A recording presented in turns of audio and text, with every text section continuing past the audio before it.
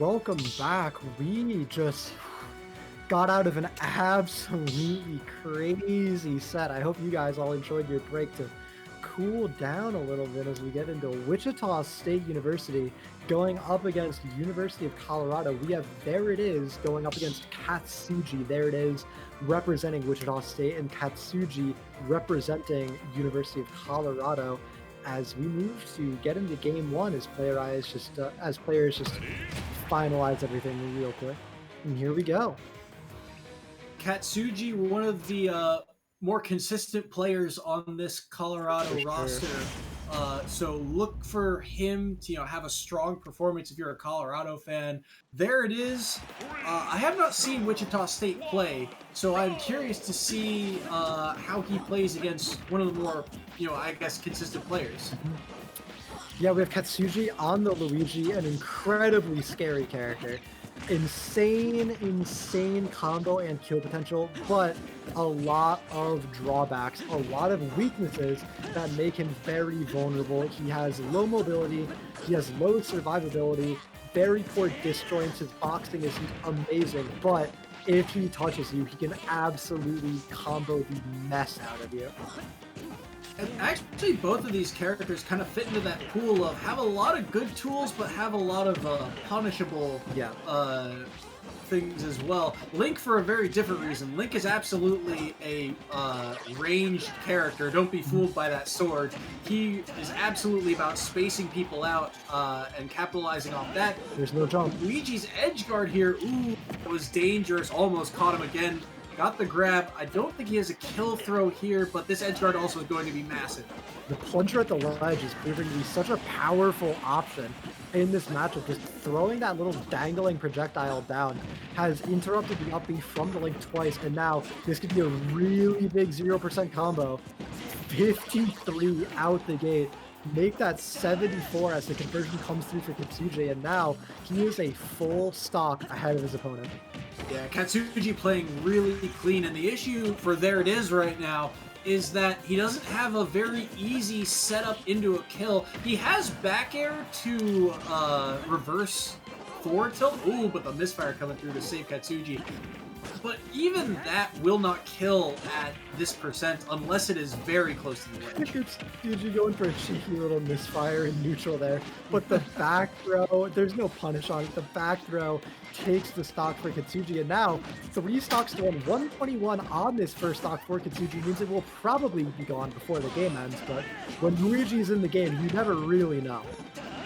I mean, at low percents, Luigi seems the most dangerous, because if you know competitive scene, you know Luigi's 0 to death is always on the table at those low percents, but now this edge guard, good job of getting out of the corner by There It Is.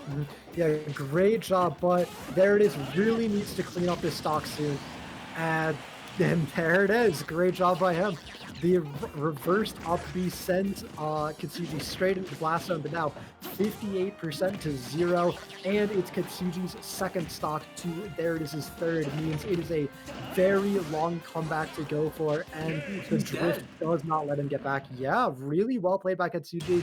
A clean 2 stock out the gate is going to bring Colorado off to a very nice start. Yeah, and it felt like Katsuji just did a really good job of keeping this ranged character in the corner, right? Katsuji held, this edge guard for so long, and of course the plunger gimp is always important Very for characters powerful. that don't have a hitbox to send up, but really felt like even once There It Is was back on stage, Luigi was just able to find a way in through all of the projectiles pretty easily. Yeah, it's really interesting. The projectiles really did not come out a lot. I feel like we saw too much pressure from Katsuji on that Luigi. I feel like we never saw any bombs, arrows, and boomerangs to really stuff out any approaches, which is interesting because Luigi, you'd think, would be a character who has a very hard time dealing with those tools. He doesn't have a great ground game. He can't really go in and out of shield that easily. And his aerial drift is also not the best to get around with either. Right. So I think the adaptation here for There It Is, if he wants to stick with this link, is go to a stage that gives you space. I mean, Kalos, I feel like, is like almost Link's home stage because of that platform just off to the side. He can have all the time in the world to try and set something like that up. And on top of that, Luigi has a lot of kills off the top if you think of, things like his up B or his down B, and Kalos, of course, has the very high ceiling. Yeah. I think it's definitely a very solid stage for Link. We'll have to see where it is, or if it was potentially banned out here. And it's going to be Town and City. An interesting pick. Very high ceiling means those Shoryukens from the Luigi will not be finding any kills. It's going to have to be kills off the side, which is definitely a powerful tool in the matchup, especially because Link is not a character known for killing off the top very often. Yeah, and the other thing here too is that I think There It Is likes this stage for the platforms as well, because we talked about giving yourself some space, and those platforms will absolutely allow you to do that. The issue is when Katsuji's on those platforms, you are never safe. Oh yeah, I said the Shoryukens won't be killing, but when you're on a platform at high okay, what a kill. No, what a god. Okay, I thought he got the tech. Even if he had the tech, it's Luigi. Luigi ain't making it back from that one. That character does not get distance. I'm used to the tornado being able to move you around, so I thought maybe, but I've forgotten this game, not so much. Not nearly as much, yeah. But percent pretty even. Katsuji down a little bit, but this combo should even things right back up for him. And an offstage air dodge, he has his double jump, he's just fine. But little spooky, probably a little bit of a misinput. I think he wanted to wave land or air dodge back down to the stage. Something I haven't seen There It Is use yet that I'm kind of waiting to see is the up B out of shield. It's very powerful and will work at high percents. It is a little slow, but it's something that There It Is has not used at all this season. I feel like we've mostly seen a really good job of Katsuji conditioning There It Is to not want to stay in shield. He's been going for a lot of really good grabs.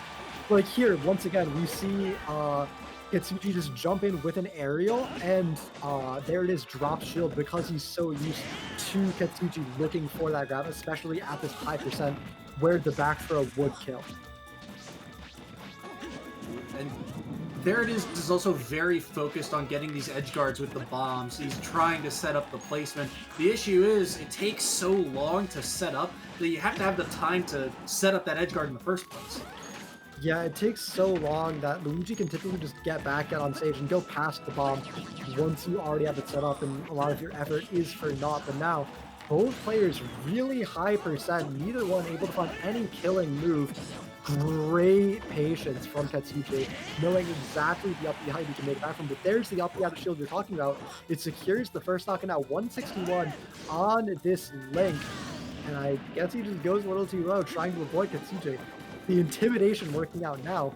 It is 0% last stock for both players.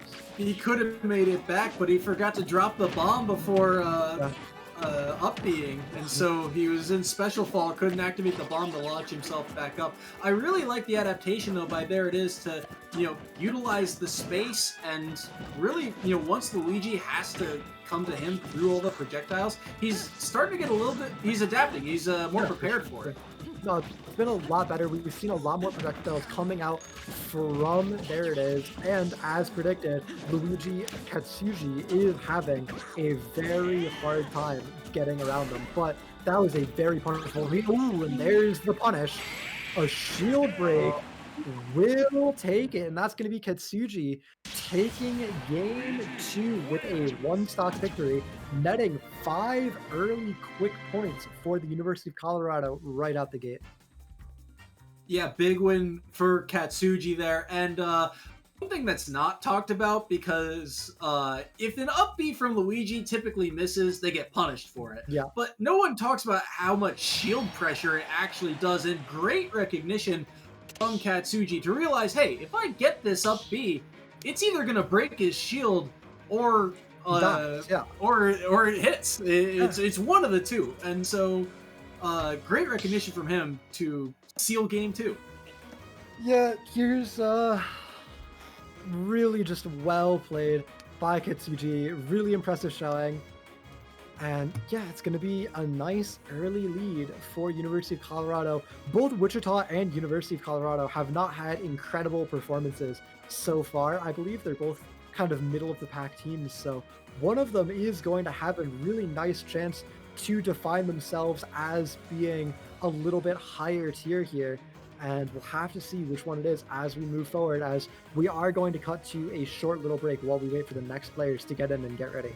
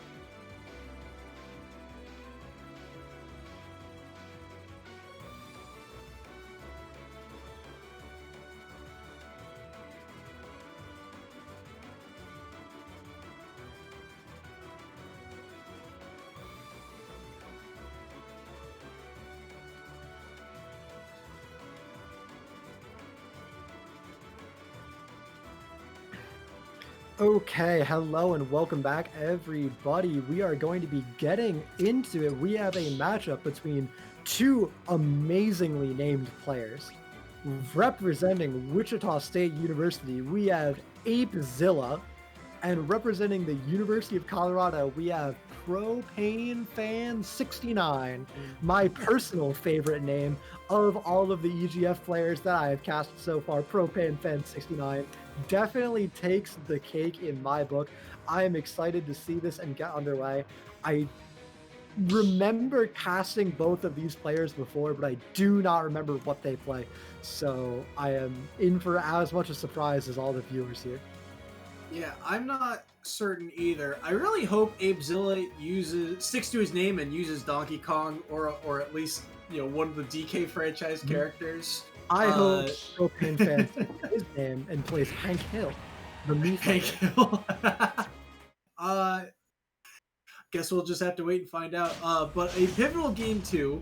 Wichita State needs this to really, you know, get back into this set, and interesting characters to say the least. Oh man, okay, we have Apezilla on the hero with a sizzle out the gate, going up against Propane Fan 69 on Bowser Jr. I believe this is what, Larry?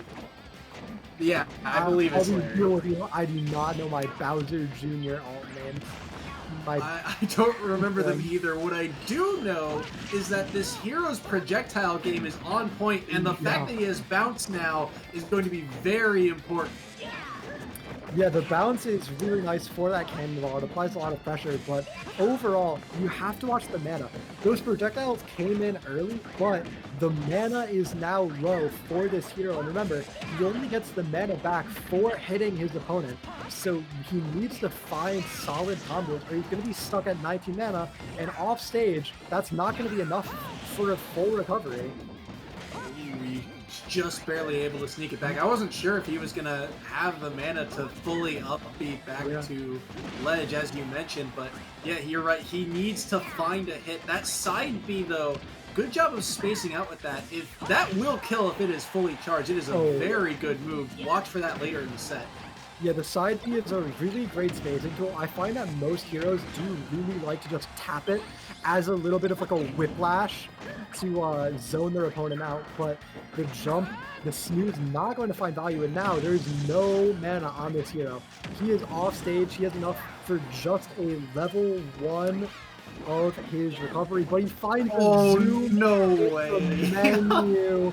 and recovers 157 on this hero. He is so incredibly dangerously low, and it's going to beat Bowser Jr. Propane fans finding the kill, but an immediate thwack evens up the stock count 0-0 here.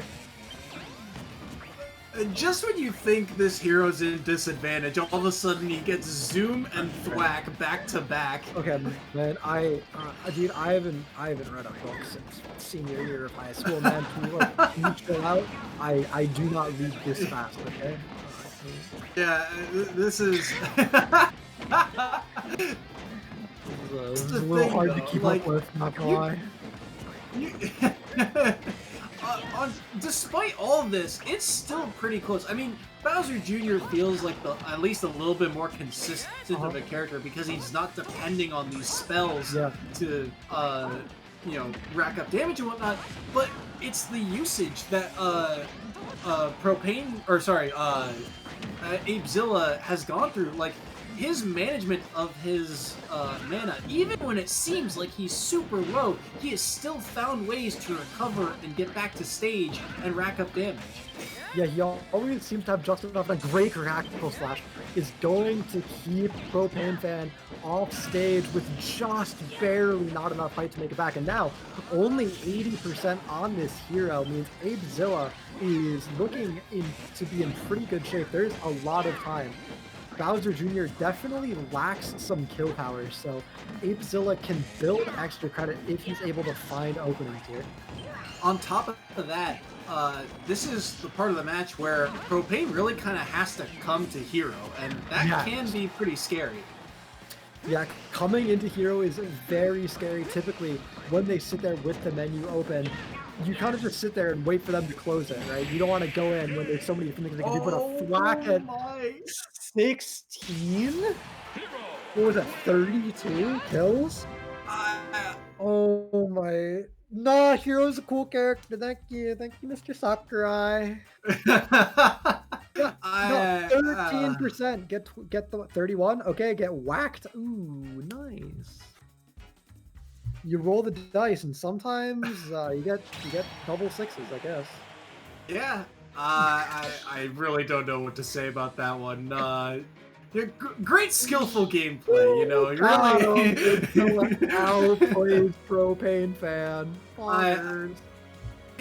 And that's just that being said, Apezilla was legitimately outplaying, right? Like up until that dumb whack at the end, they were in the lead. They had the stock lead. They got the whack out of the combo. Like they comboed into it, you know. Like everything was going great for them. They were still favored, and just, the game ended a little bit faster than it could. Here's the other thing too. Like you can afford to roll the dice sometimes like that in those scenarios because it's a projectile. You have to be able to respect it. And even though like it seems gimmicky, that is like Hero's thing, is that he has all of these spells. That's his unique trait, and that's something that you have to work around if you're a Propane Fan here. I agree. But that being said, it's going to be Propane Fan going into game 2 at a disadvantage.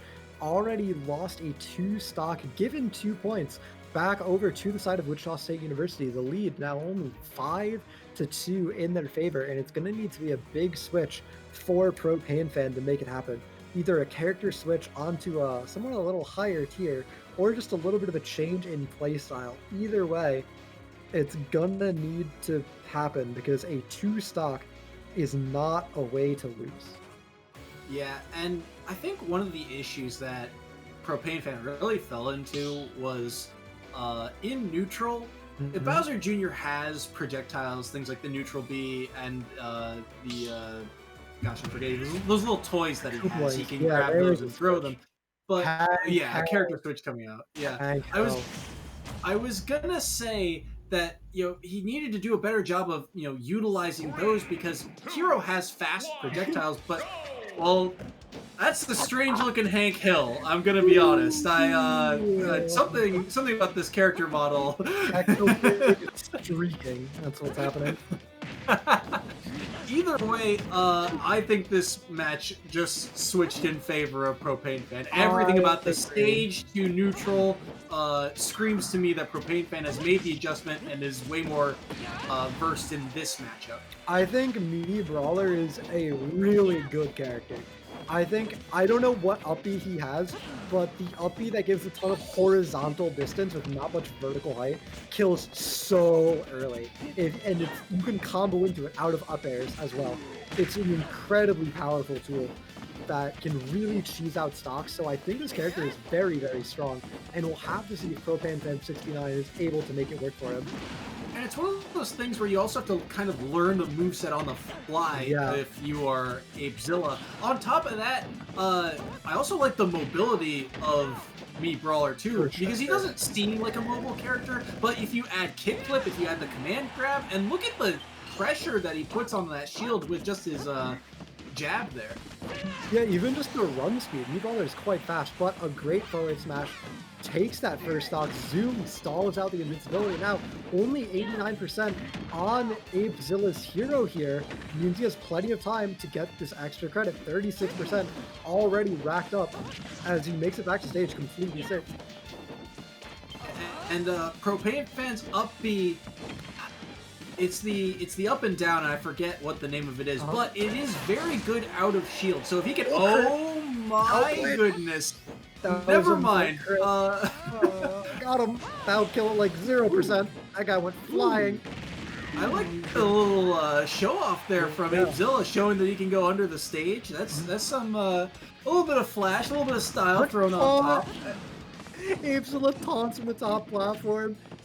Ooh, Propane Fan evens up that one stock, but the stock count still very much not in his favor. He is down a full stock here. A long road to go, but even if he can only take this one stock, every point matters, as we just saw in the last match. Every single point matters. Apezilla is actually doing a very good job of spacing around right now, and even when Propane finds an opening, it's only for one stray hit here or there. He's not really able to connect these into anything else, and so Apezilla is just kind of whittling away at this percent, making it tougher and tougher. Yeah, Propane Fan really not finding any big combos.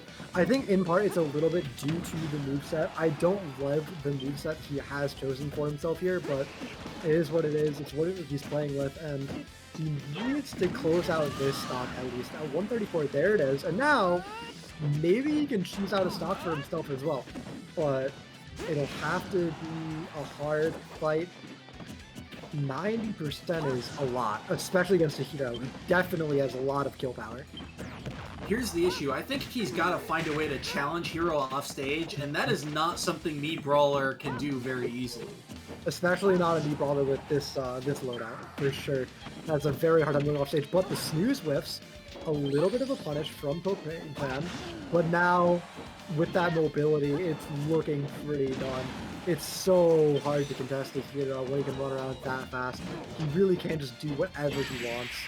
And the back air closes it out. A one-stock victory for Apezilla means the points are now going to be back to dead even going into set 3, 5-5, as Wichita State and University of Colorado send in their representatives to break this tie. Yeah, and for Propane Fan there, again, I don't think the loadout was as much of an issue as really just not being able to string any hits together, right? Yeah. And part of that is the loadout, I guess. Mm-hmm. But on top of, like, platforms should give you more mobility, right? Yes. You've got kickflip, you've got command grabs, you've got all of those things. But if you can't string hits together, that's half of the game right there. For sure. It's just, it looked really rough. It looked like Propane Fan wasn't completely on lock with his character, but whatever it was aside, it is going to be the victory, going in Apezilla's favor. And looks like we're going to throw it to a quick break while we wait to get the next round of players in. So stay tuned, because this is looking like a very even matchup between these two teams so far.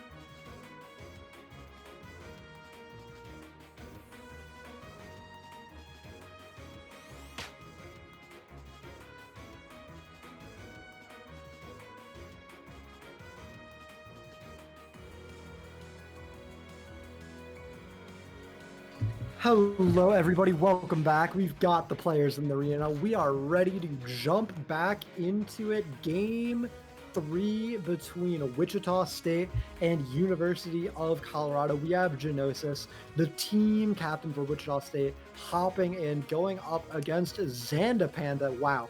University of Colorado really killed it with the names. Oh my god. Xanda Panda against Genosis coming in for set 3 of Colorado versus Wichita State.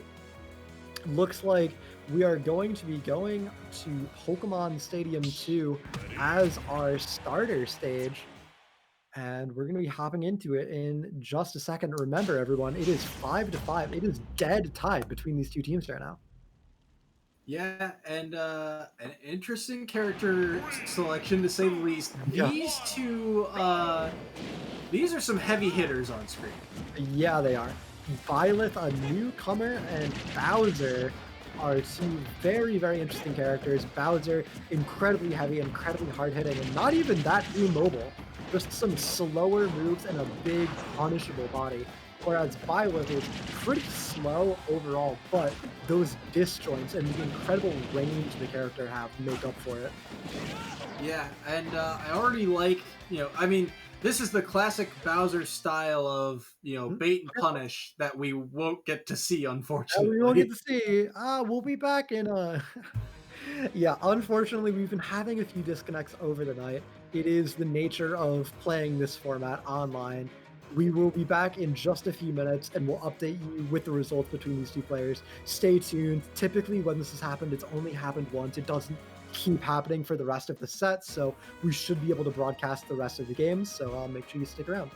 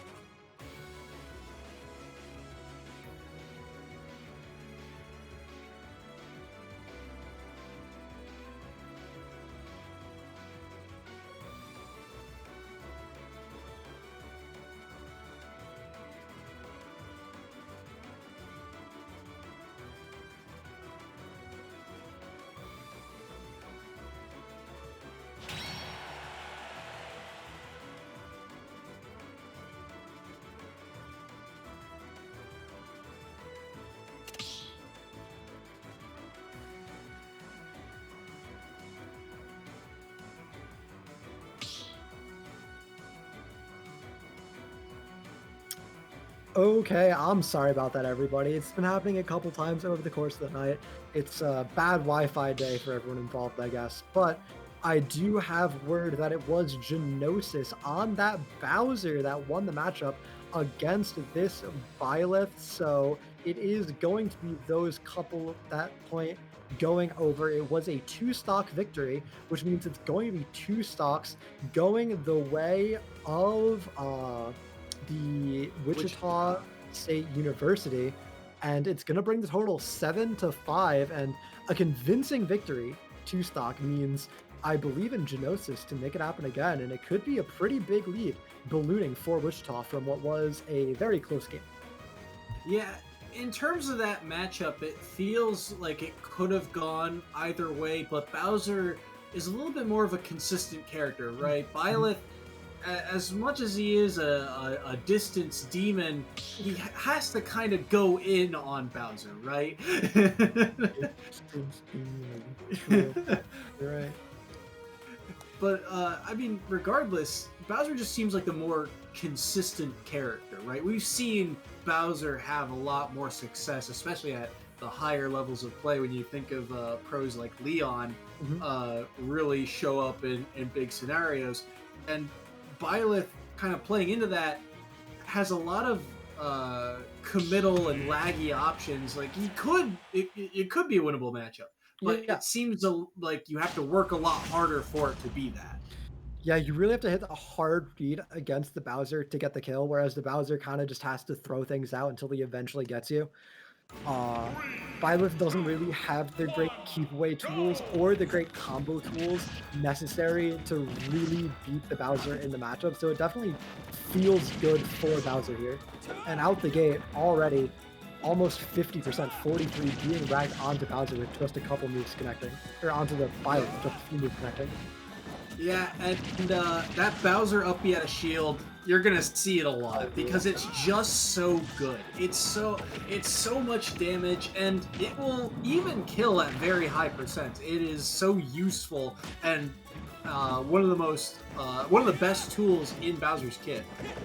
Yeah, it's an incredibly good tool. Every Bowser you see play absolutely abuses it to its full potential. It's safe, it's fast, it deals a lot of damage, it kills, it does everything. But that being said, Bowser has a lot of really great tools. The up air, the forward air, the nair are all very solid. His grab game is incredible. So many things about this character are great, and his weight makes it so hard for him to die. A lot of matchups, high weight can actually hurt you because it makes him more comboable, but against a Byleth especially, you're not really going to be getting comboed all that much more, but your weight is going to keep you alive for so much longer. I expect Bowser to live to around 160 on basically every stock. Yeah, and great adaptation there by Geonosis. Sees as Xander Panda goes for a hard read on the forward smash, grabs him with the side B and says, I can drag you over to this far platform, get a little bit more extra height on my knockback here, and definitely make sure that first stock is secured.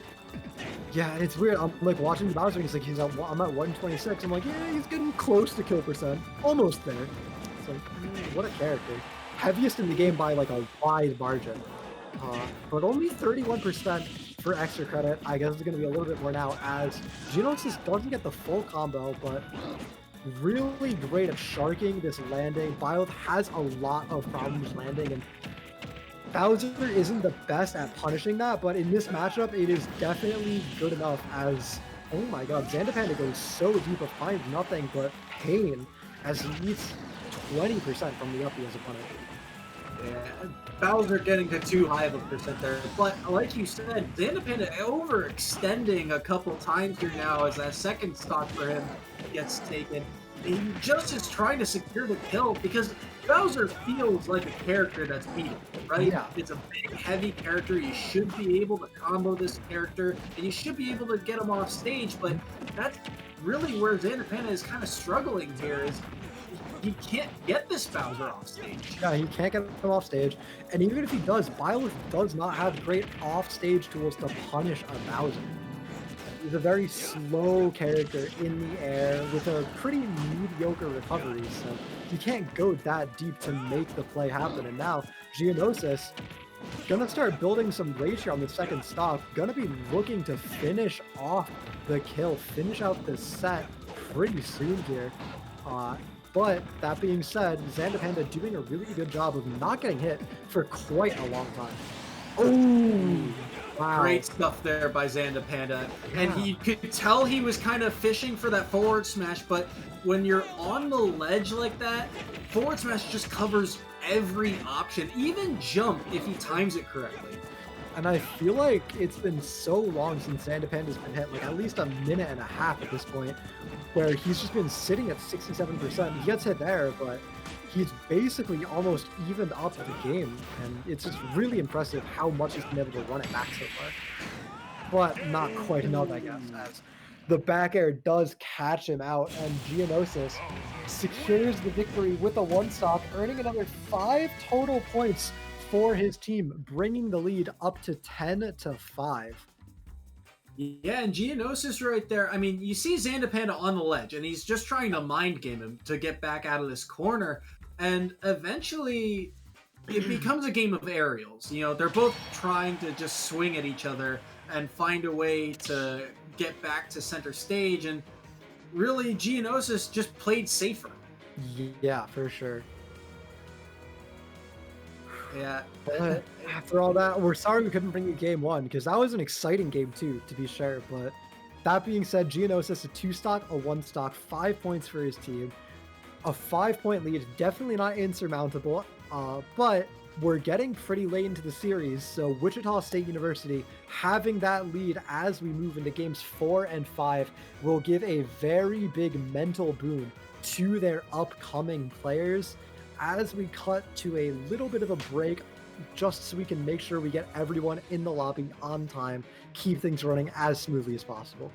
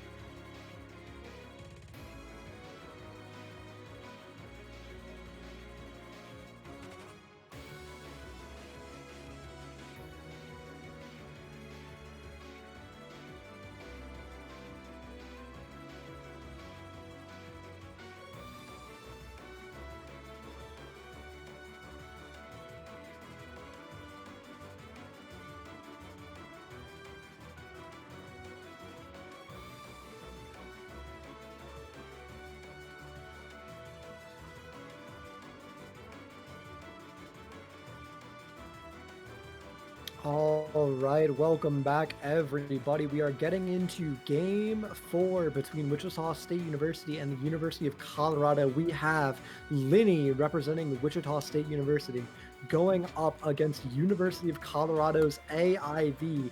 AIV, I believe, the team captain for the team. So he is stepping in to bring them back from their deficit. Going to try and make up these 5 points that they are lagging behind. And Linny, of course, on the opposite end, trying to stop him, trying to build Wichita State's lead even further. And if Linny wins this set without dropping a game, it would secure victory for Wichita. Yeah, so a big set and a big challenge for the captain of Colorado. AIV will certainly have his hands full, but like we've said before, if anyone on this roster could do it, or if anyone on any roster could do it, it's got to be the captain of these rosters, and AIV is no slouch. Yeah, typically the strongest player is going to be the captain. You know, they are the one raising all the morale, bringing everyone up behind them, and he's going to try and make it happen, but Linny is going to be some tough competition. He's practiced against Apezilla and Genosis. He's practiced against these good players. He's out there training, so it's going to be an uphill battle, but AIV, I believe, an Ike player, I'm not positive, but I'm pretty sure is going to be trying to make it happen here as we strike to, I believe that is Smashville for game 1. That sounds right. Yeah, I believe AIV went Ike about a week ago in their last match, and I believe he actually ended up switching off that character for matchup reasons, but I don't quite remember what the matchup was. Well, yeah, it is going to be the Ike going up against a Mega Man, not a very common character. You do not see very much Mega Man anymore. Yeah, I think this is the first Mega Man we've seen in this league, and so This will be very interesting because both of these players and both of these characters have very easy ways of controlling neutral. AIV led with a taunt. He's feeling it. He's confident. He's ready. And I guess he might have to be, as that's a really weird air dodge off stage for Wichita's Linny. But AIV, Ike was a character that was very, very hyped in the first couple months of this game. And as people's movement got cleaner, as people got better at playing the game, the hype died down. But he is still an incredibly powerful character. The problem is he's slow and has a very linear game plan that can be exploited. Right, you can kind of see exactly what AIV is going for when an Ike comes up on stage, whereas Mega Man has a lot of very unique and tricky setups. Yeah, the grass shield is an incredibly powerful tool. It can block the Nair. It'll hold it in place for a little bit, but not quite enough, as AIV does find the first stock for himself and a great down throw string. One of Ike's really big things is, compared to a lot of other sword fighters, he has great low percent combos despite how hard hitting he is. Yeah, and that first stock was very clean, adapting right off the bat. I mean, you know, the bomb comes up and they both get hit by it, and he's able to react and back air out of it. So good stuff to AIV, and AIV is not afraid to go out and try and edge guard this Mega Man. He knows that Mega Man does not really have any options to get back to stage. Oh. Last time Mega Man air dodged through and he missed, but this time he reads the air dodge and he waits and he gets the stock for himself. And now AIV, a full stock lead over this Mega Man, is absolutely crushing with how solid and scary Ike is. And remember, every stock matters in this format, so if Linny can't, you know, fight his way back, it's going to look like we're going to be headed right back to another tied scenario. Yeah, it might very well look like that, and AIV on this Ike really dominating Linny here, getting great combos, but on this last stock scenario, it is Linny pulling ahead, finding much better plays, not a whole lot of openings for AIV, but a solid 4-hit string puts AIV at 86, and when you're playing Ike, that's kill percent, baby. Oh yeah, and Mega Man, another very light character. Linny having a lot of trouble. Ooh, this is going to be difficult for him to get back on stage. Yeah, he air dodges through it and then grab sledge after. There's very little window of vulnerability for that neutral B to connect on, unfortunately, but 104% on Linny. He gets the stock, but now he has an entire fresh Ike stock to have to go through without getting hit by a single strong hit. And I guess the air dodge off stage will be what does it. That's going to be Linny taking a one-stock victory after a little bit of spaghetti throws the game away for AIV. I think AIV wanted to tech roll in. I think so as well, stock, yeah. And I think it just ended up being a buffered air dodge. Yeah, you see the pellet knocks him off stage, and I think he wanted to roll in afterwards. So unfortunate SD, but AIV, it felt like he had that game mostly in hand, and that's mostly because of clean conversions like that and off-stage presence. I mean, AIV, when he was in neutral... Like, look at that weight. Ooh, it's so good. Yeah, and especially with the bomb on top of it, too. Because you see, one of the things that Linny did very well was he would throw that bomb, you know, either on Ike or on the stage, and then he would time his recovery perfectly to... He knows that once he goes to it, it's going to get stuck to it, right? So he times his snap to ledge perfectly so that when the bomb goes off, it's right when he's grabbing the ledge, so he has the ledge invincibility, so he doesn't get hit by it. But AIV, he just outplayed in neutral for 90% of that game. Right up until the very end, really. Absolutely. You saw how many clean nairs into imagination, really, did AIV get off in that set. It was really crazy, and that is, of course, Ike's bread and butter, right? If you're playing Ike, that is exactly what you're looking for the whole time. It's why you play Ike, really, is for that nair. It's such a strong tool. Yeah, And Ike also, one of the things I also noticed about that set was when Ike was off stage trying to recover, Ike has a very linear recovery, right? He's either side being back or he's up being. And up B against Mega Man is very dangerous because of that disjointed down air that spikes. So he most of the time is going to recover with side B, and Lenny never really punished it. He tried to throw the saw blade a couple times to try and cover it, but Ike got down to the ground too fast, so he would shield it. Yep. I'm surprised he wouldn't go for something like a forward smash, right? It feels like the side B is extra punishable, especially on a flat stage like that, and yet it never really came to fruition. I agree. But now we're on Ike's counter pick. We're going to Battlefield, which is an incredibly strong stage for Ike. His sword is so big, it covers the entire platform. A forward smash or an up smash covers the entire platform, as well as the fact that we've seen so many aerial combos, those nair up air combos from Ike, only get stronger on a stage like Battlefield, where he can reset his jumps on those platforms and keep the string going. Yeah, and Mega Man is going to struggle on this stage too because he can weave around these pellets too just by going to platforms. And in order to get up to that second platform, Mega Man's going to have to expend a second jump. Yeah, it's very, very brutal for Mega Man on this stage, but out the gate, it looks really good for Lenny here as he's playing the neutral at the start much better. Yeah. Off stage though, can he find a way out of the corner? That dash attack will start killing soon, but not quite yet.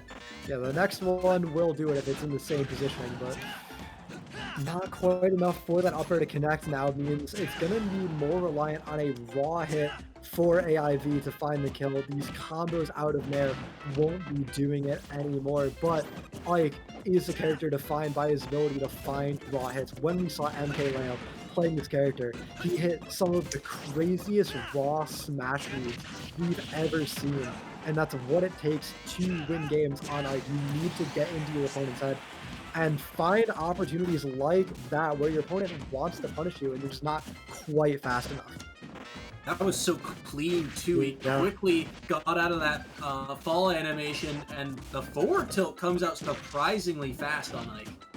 It does for sure, and now 22% on Lenny is not a lot of extra credit. If he's able to take the stock here, it would be great, but a great little ledge cancel from the Ike means that he stays alive, reaches past the smash attack, and is just trying to find an opening in neutral, build his lead even further. And at 143, he's going to die pretty soon, but Ike is heading. Yep, that up smash gonna take it though. That up smash has a little bit of scoop to it, so with Ike standing right next to him, that's absolutely going to lock down that first stock. Yeah, and now we see once again AIV having a really hard time finding an opening in neutral, a really hard time getting in on his opponent. Really doing a really great job of just keeping him at bay, but every time Lenny eats these straight hits, it hurts so much.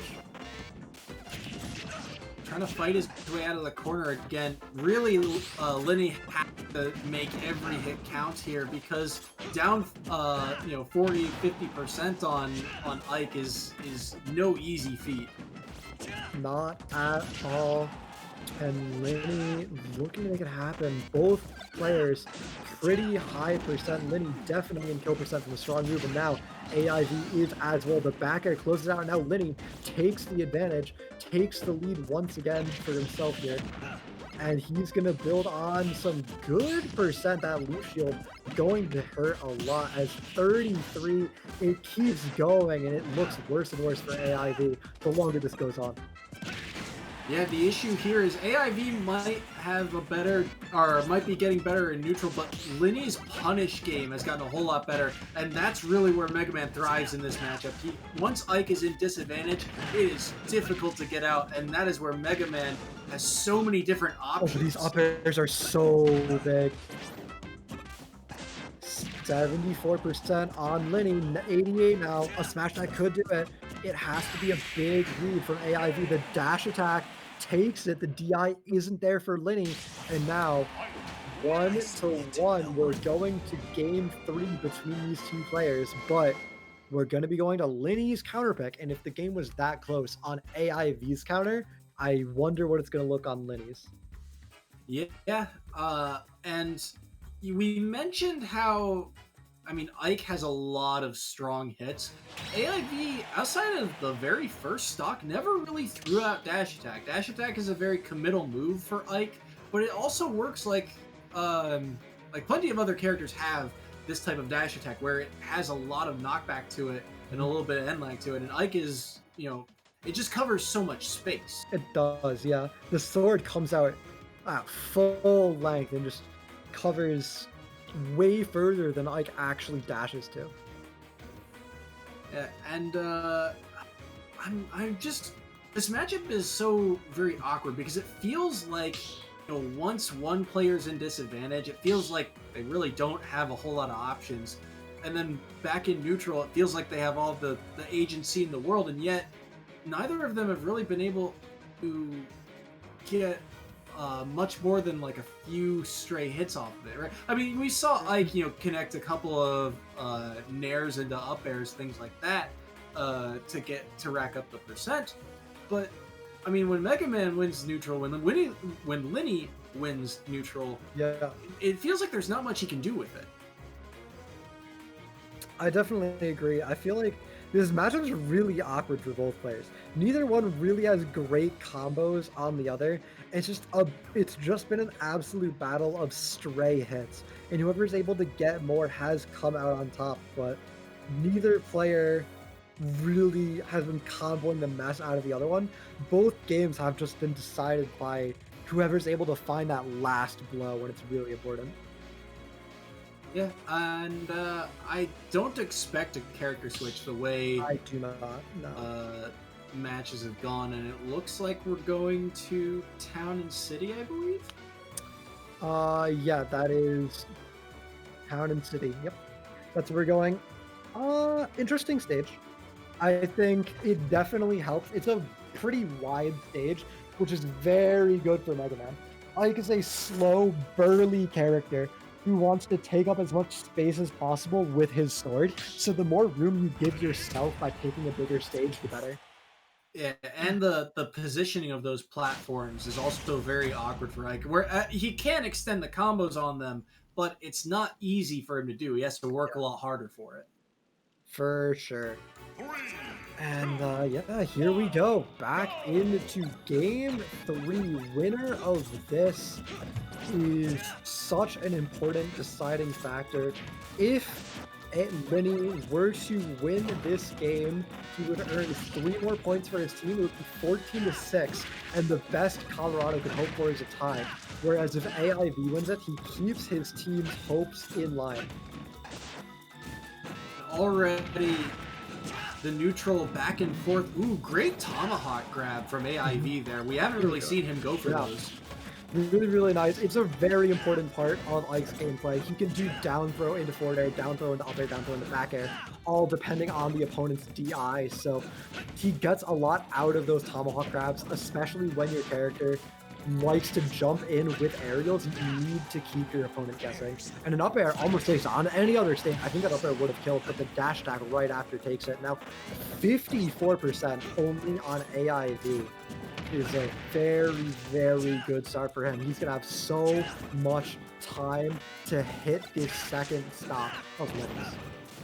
And what's very strange is it feels like AIV, the character without a whole lot of ranged abilities, is covering so much space. Well, that's just because of how big the sword is, right? Like, he doesn't have ranged abilities in terms of projectiles, but like, his sword is as big as his body. Like, his neutral air covers like a quarter of the stage, and this is not a small stage by any means. It's so big, and Ike is just such an imposing character whenever he's on screen. Great tomahawk. Ooh, Linny wanted the up tilt and he missed. One of the things you'll also see is Linny, once he has center stage, he's still not very sure of like what to do with it. Oh, that could have been dangerous. But he couldn't convert on it. That was so close to being an amazing stock. And now AIV has completely lapped Linny looking to play absolutely dominantly here. Won't lose his stock. Just going to quick draw. No punish either. I thought he was going to go to the ledge. He's trying to space out with that forward smash because that forward smash will kill at this percent. It's so laggy and middle. Again. And now 3 stocks to 1. AIV's favor when it matters most. He's clutching up. He's keeping his team in the running, trying to make set 5 matter, and that's going to be a big damage combo. 50%, and you can tell Lenny's looking a little lost right now. He's not the drop zone fair. He's too deep. He can barely make it back. Oh my god, Lenny. If he gets a stock here, it's massive. It's so big. He needs the stock. Okay, he gets the 1 stock. He keeps things a little bit more in his favor, but and it's looking more and more like it's going to be AIV taking this last stock, taking the set, but a solid little combo from Lenny showed some signs of life, but AIV makes it back to center stage and just sits there with control. Now where do you go from here? Because you get hit out of a disadvantage or hit out of neutral once. Now you're in disadvantage. Now you're nearly dead. Here comes the ledge trap. Not quite the timing for AIV. He eats the bomb as a punish, but the forward tilt almost does it anyway. Great air dodge, but the coverage from AIV stuffs out any follow-up, and that's a 2 stock in AIV's favor. 3 more points going the way of University of Colorado, and now the total is going to be 11-9 in Wichita State University's favor, and it's all going to come down to the last best of 3 between these 2 colleges. It's another set 5 scenario, the 3rd in a row. It has been an absolutely tense night of games. And you have to think back to game 1, right? AIV had all the momentum and could not, clutch out that game through the unfortunate SD. And that point, that single point now, might make the difference here between, depending on how this 3rd set goes. It absolutely might make all the difference, but we will have to find out. We have In-City coming up for Wichita State University, going up against Ice for the University of Colorado in just a few minutes. We're going to go to a break to make sure everything runs as smoothly as possible, but do not go anywhere. It is a critical set 5 scenario between these 2 teams.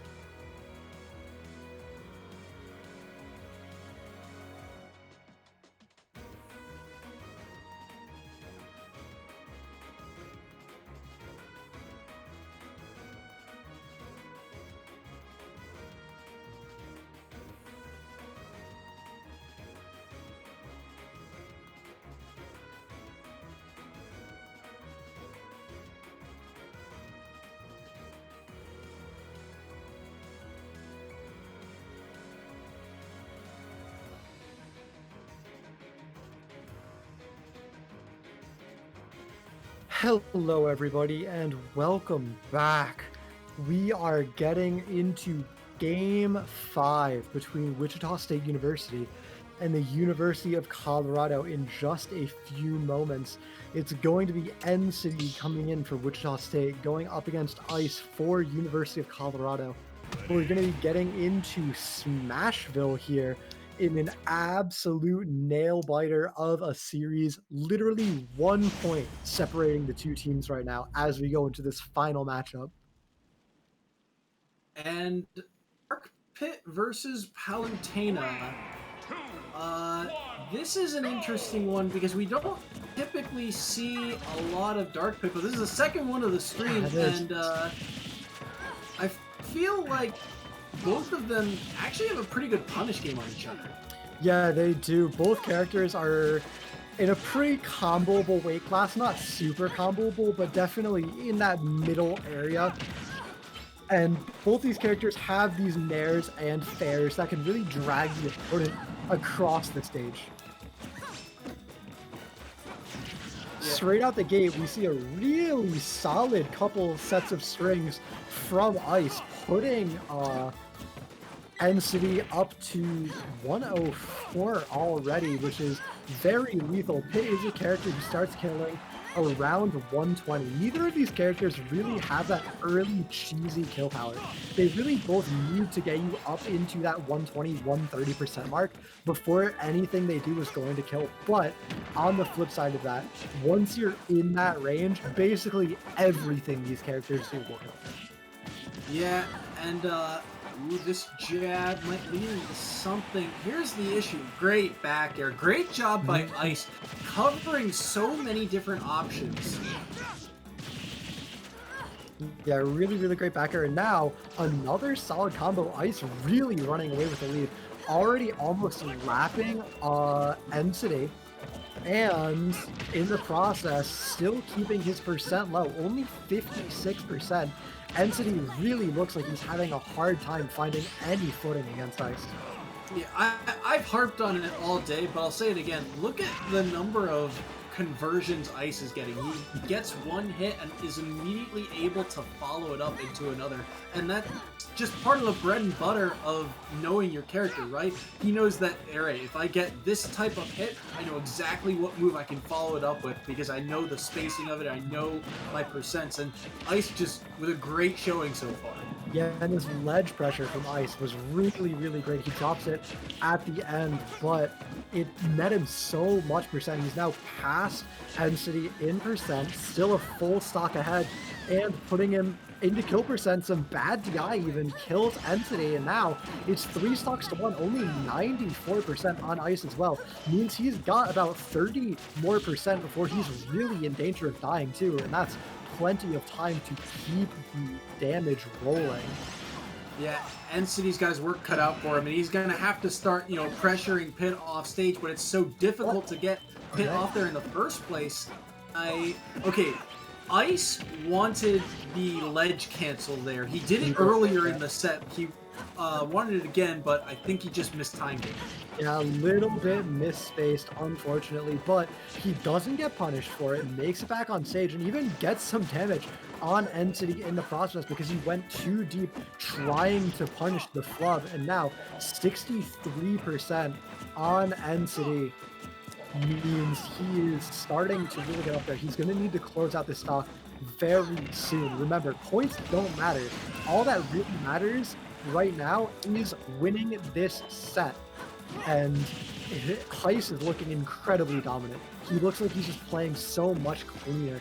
He's finding better conversions, he's finding more openings, and it's just more fundamental based gameplay. Yeah, and you can tell N City's kind of hunting for openings, and Ice really hasn't given him any. Ice's spacing right now is just on point. Yeah, it's absolutely great. He's eating so few punishes. Everything he does, even if it misses, is just slightly out of range of what a Palutena is capable of reaching. And a forward air caches the movement from N City, and it's going to be a clean 2-stock for Ice, bringing the point total back in University of Colorado's favor, 12-11, and setting them up to win by a match point next game. Yeah, and I mean that was just a clean showing from Ice. I mean, right off the gate, you saw N City and Ice were a little bit back and forth, but Mhm. Ice throughout the set was able to just convert hit after hit after hit, and eventually, you know, be able to close out those stocks. We talked about finding kill moves, right? For characters like these where the combo ability is so pertinent. Palutena typically is able to find some of these stray hits and some of these more powerful kill moves, but it was Ice, his spacing all over the place. He was able to weave around Palutena's moves and find his own. Yeah, Ice just Palutena and Pit are both incredibly fundamentals-based characters. They don't do anything really cheesy. They don't do anything really like weird or different. They just play neutral. They space their aerials. They have a couple projectiles they can use to beat zoners. They have good boxing tools. They're both pretty solid mobility. Palutena obviously does all this stuff better. She's the higher tier character, right? But they have very similar game plans, and both of their game plans are just incredibly oriented around being a good player, right? If you're good on Palutena or you're good on Pit, you're just a good player in general, which makes these matchups always so interesting to watch because there's never any doubt in your mind. You're never like, oh yeah, the Wario got a lucky waft, I got cheesed or whatever. Like when somebody wins, you know that they played better. Yeah, and it's like you said, a lot. These two characters have very similar tools, and so for Ice to be able to clutch it out on a character that's, a little less consistent, is a big deal. Yeah, it's very, very important. And for next game, we're going to be going to the sister stage. We're going to be going to Smashville instead of Town and City. This is a stage that, once again, kind of has upsides and downsides for both characters. Since they have such similar game plans, I feel like in this matchup, the stage pick does not matter as much as on other matchups. Yeah, in terms of for N City, I feel like the adaptation you have to make here is really make Ice come to you and make Ice make a mistake. Make him commit to something he doesn't want to do, because that's where we find that both of these characters have really advanced in, is that they once they get that bait and punish type of playstyle going, it's hard to stop. Yeah, I agree. Both these characters have really great out of shield games in this matchup in particular. Not in general, but both of these characters are very vulnerable to the other's out of shield in there, as well as shield grabs. Both these characters have great grabs, great conversion off of them, so it's really easy to play defensive, force your opponent to come to you. Neither character has really oppressive projectiles that mean you can never be the one forcing the other to approach. So it really is about patience and just playing neutral as well as possible. And out the gate, City's playing this matchup a lot better. He does die early here, but it's a lot closer than it was, and he might just come down from invincibility and even things up immediately. And that was just a clean conversion. Ooh, right back the other way. Is he going to be able to take this stock? He's got him in the corner. Ice with a great down tilt to get out. Yeah, really, really good. And now it's a conversion for Ice, but the air dodge saves City. City gets out of it.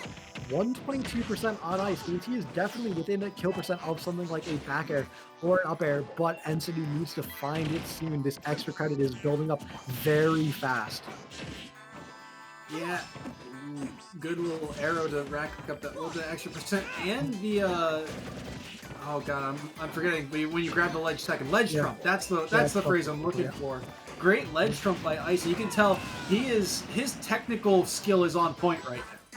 Yeah, Ice is playing very clean. 87% was the extra credit he was able to get onto City, but a solid little combo evens things up a little bit, but the Electroshock bursts out of it and gets Ice safely back on the stage. And now it is a very dangerous ledge trap situation. No jump on this Palutena, but barely mistiming a down smash up air will take it. Now only 37% on Ice means he is so far ahead of City here. This is do or die for N City. He has to win this set. Absolutely, it is all on the line. This is match point for Ice. He won game one. He's looking to win game two here. He's building up his lead. 48% only means Palutena is 50, and I guess 60 now percent away from evening up the stock count, let alone the percent on Entity's last stock. But great set of hits brings the percent deficit to be way better for Entity, but Ice answers back immediately. Ooh, Ice. Great conversions there with the arrows. You can feel Entity getting a little eager. He wants this kill now because he knows any extra credit that Ice gets is so bad for him. Yeah, it's 79% already, 84. Remember, neither of these characters can kill early, so this percent deficits matter so much. Got him off Oh my stage. god. Oh, the spacing! That down smash was immaculate from Ice, perfectly managing to clip the jump over the ledge and clutch it out for his team. Ice takes it in another two stock, bringing the total score 11-16 and securing victory for the University of Colorado. Well played by Ice, and congratulations to the entire lineup on securing this victory. Yeah, that was a big win for Colorado. I mean, and congrats to Ice too. We didn't. Yeah. That second game felt a lot closer, Mhm. but it was still a two stock, and it really did feel commanding. So Ice, showing up when his team needs him. Yeah, for sure. Ice, probably the MVP of the series. Double two stock. He bought the most points for his team out of any player on his team. Very, very impressive from him. And yeah, I mean, it was a really good attempt from the Wichita players. Genosis, Abe both coming incredibly clutch, building up great points for their team. But in the end, that last player, Ice, was able to make it happen in his matchup. He was able to clutch it out, and that is it for this matchup. They're gonna be playing one more match, I believe, in next week, and that's gonna be it. That's gonna be playoffs coming up very, very soon. And Colorado looking like a pretty solid team. Yeah, I mean, the players they needed to show up showed up today. I mean, AIV, Ice, Katsuji, those big wins were massive. And if Xandapanda and Propane Fan can rise up to that level, this Colorado team's going to be very scary. Absolutely, but with that being said, we do need to start moving on toward our final match of the night. Rider University going up against Quinnipiac University will be coming in just a few moments. But before that, I just want to say, if you guys have been enjoying this stream, if you guys have been enjoying all of these close matches we have been bringing you, be sure to follow the channel Official EGF on Twitch. And if you have enjoyed my commentary, what I've been bringing to it, please go to Twitter and follow me at toxic_gerbil. If you like my commentary, follow me as well at SoyceandJSport. And once again, thank you to House of 3000 for our great replays and production. Yeah, you can find him on Twitter at House of 3000 as well. Now we're going to cut to a quick break while we get Ryder and Quinnipiac in all set up and ready for their final match of the night. Don't go anywhere. We will be bringing you more Smash Brothers in just a few minutes.